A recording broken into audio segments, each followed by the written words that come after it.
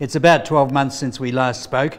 At that time we spoke about the Murray-Darling Basin Plan and farmer opposition to coal seam gas mining applications, and we reflected briefly on carbon farming.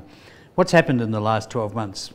Look, there's been a lot of progression, certainly in the Murray-Darling Basin Plan. I think 12 to 18 months ago, I think it was a bit of a shambles. There was no clear direction. The original plan had been thrown out.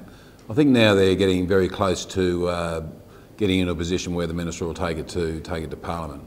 There's been a lot of consultation. Minister Burke and Craig Knowles have had a lot of consultation within industry and industry groups. I think they're very aware that you need to have a triple bottom line outcome rather than just an environmental outcome, and that's something that we've been pushing non-stop ever since the plan first came out. So I think they're getting to a figure now that that I'm not sure the irrigation community or the communities sees being fantastic, but something that will deliver an environmental outcome, will certainly maintain the economic capacity in those communities, and give them a bit of a future and some clear air, so to speak, in the next few years, which is going to be very important. When it comes to mining coal seam gas, similar sort of debate. It's progressed quite a way since we last spoke.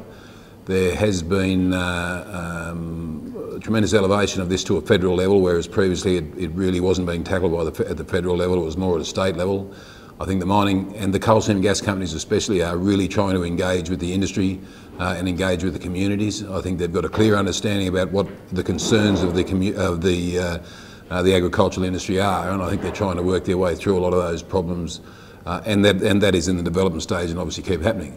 But I think if you have a look at where some of those coal seam gas companies are now compared to where they were 12 months ago, they're speaking a different language, they're wanting to engage, they're wanting to work with farmers, and they're really wanting to be seen as part of the community, part of the rural community, instead of just being there in isolation. The other important part is that there's no doubt that you cannot sacrifice agricultural production or food production and just come over the top with mining coal seam gas and just remove it.